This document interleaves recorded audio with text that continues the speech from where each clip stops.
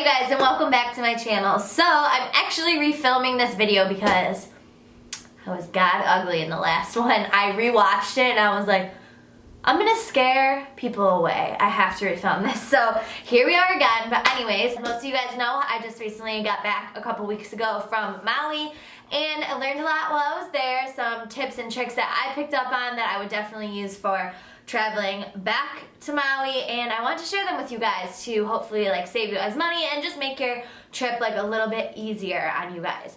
If you have already been to Maui and you have some tips and tricks for me because I will be returning next year, please leave them down in the comments below. I would love to hear them. They would help me out a lot. Also, please consider subscribing. I'd love to have you guys, and give this video a thumbs up if it helps you guys out, and let's just get started. The first tip I have for you guys is for the road to Hana. Now, for most of you guys that know, the road to Hana is a very tricky road to drive on. It's very narrow. There's a lot of bumps and turns and bridges, and it's just very winding. It's a very winding road. It takes like up to 8 hours to do the whole thing and come back. It's pretty crazy. So a lot of people, or most people, either rent out a Jeep Wrangler or a Mustang convertible. Obviously you can rent out other cars. Those are just like the two top cars that I saw driving around the island, and those are the two that we were deciding between. Now the Jeep Wrangler, in my opinion, is great because it is an off-roading vehicle, but we ended up going with the Mustang convertible, and I would highly recommend that. I have a few reasons as to why. Number one is because it does rain a lot on the road to Hana, which we did find out from the locals that we got actually very lucky that it didn't rain while we were on the road. But I guess it rains on and off very frequently once you get like farther on the road to Hana, I guess. The Mustang convertible we found is obviously a lot easier to put the top on and off when it's raining on and off. So the Jeep Wrangler is obviously much harder. I wouldn't say harder, but it takes more time to put the top and the doors and everything back on and off. Also, since the roads are so narrow, we found that the Mustang was a lot easier to fit on the winding roads, and how narrow they were, it was just a lot easier than like a bulkier Jeep Wrangler, which also, like I said, the Jeep Wrangler is an off-roading vehicle, so you can actually feel like every bump. I get very car sick. I felt like the Mustang was a lot easier on my stomach, and I did not get sick at all, as opposed to the Jeep Wrangler. I feel like I would have actually felt like every bump, and it would have made me like more motion sickness. That's just in my opinion, but I do believe that the Mustang was a lot easier just to kind of maneuver around those like tiny roads and bridges and everything, and we really liked it. So keep that in mind when you're renting a car for the road to Hana. The second thing I have for you guys is around one of the first stops on the road to Hana is the Twin Falls. Now, when you first enter the gate for the Twin Falls, you're gonna walk a little bit and you're gonna see everyone going to the left, which is where you can overlook a waterfall. Everyone thinks that that's the Twin Falls. It's not. When you go a little bit farther, you'll see another gate that has a sign that says like caution, experienced hikers only, and it's because it's like there's water, there's narrow paths to walk on, and it's dirtier, muddier. There's supposedly wild pigs, which we didn't see any of those, bugs, and it's just like it's harder to hike on that, and it's a little bit farther. Go past that sign and don't be discouraged. Obviously, if you're afraid of those things and that intimidates you, do not do it. A little bit more adventurous, and I like to take kind of like a risk, and I felt like I could do it.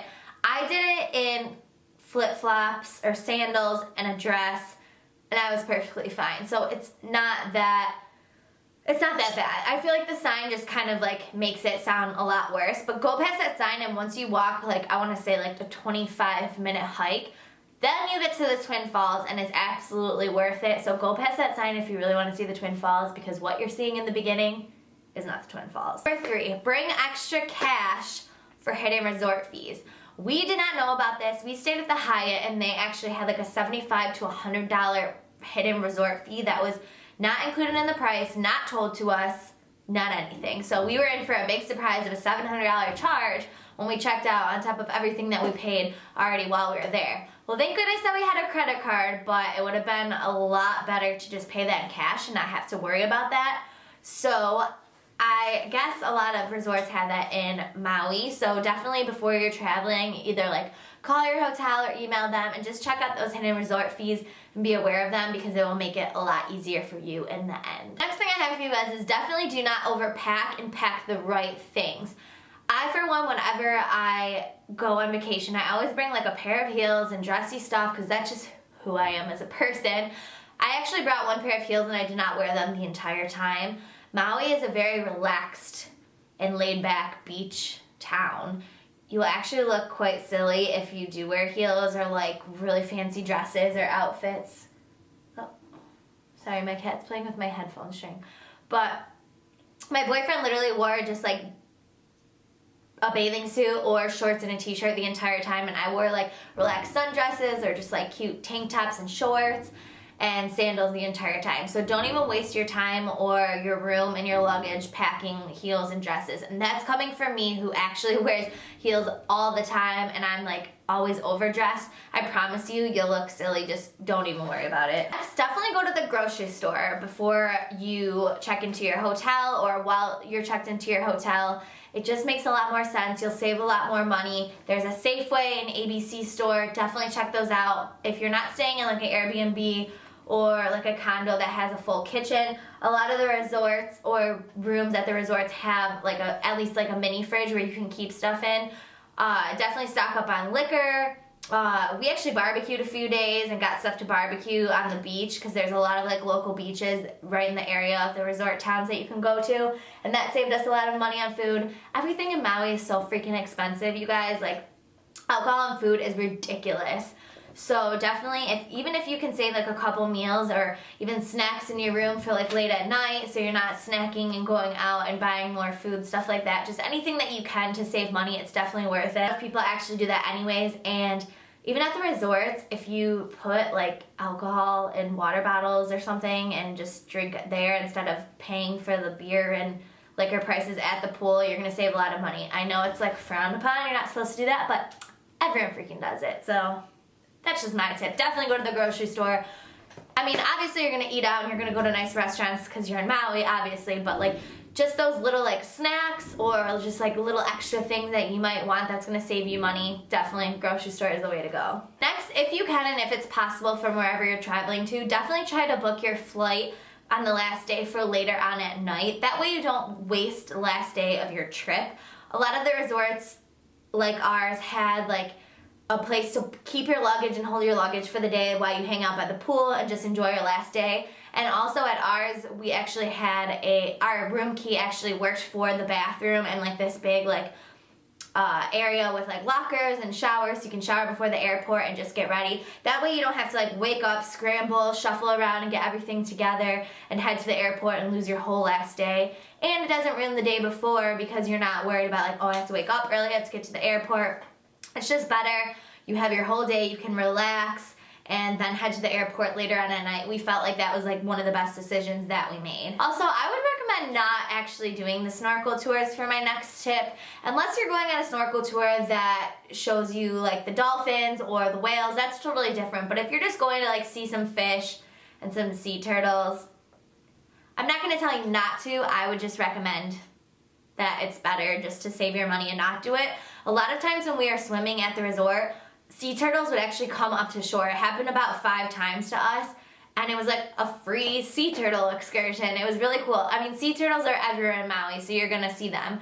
And if you want to see some cool fish and you want to have a good snorkeling spot, right outside the Sheraton in Kanapali, I believe it's pronounced, correct me if I'm wrong, but the Sheraton, outside the Sheraton at Black Rock, there's perfect snorkeling. It's amazing there. You can see a ton of fish.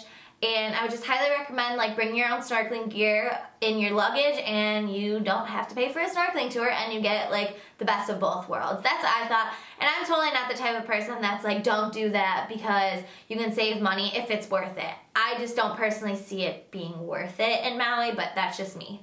Lastly, my last tip for you guys is to definitely research the luau's. Obviously when you're in Maui, especially for your first time, if it is your first time traveling there, you're gonna wanna do a luau. Don't just do the luau that's at your hotel because it's convenient. Definitely do your research and research what the best luau's around town are and stuff like that. we actually ended up doing the luau at the Sheraton, which I would highly, highly recommend if you can get into that. I believe it's like number 2 or 3 on the island. The first one was booked, but I thought it was amazing. It was very well organized. The food was great. The show was great. I really, really liked it. I would highly recommend it. It was like open bar and open unlimited food, stuff like that, like the buffet. The food was very, very good.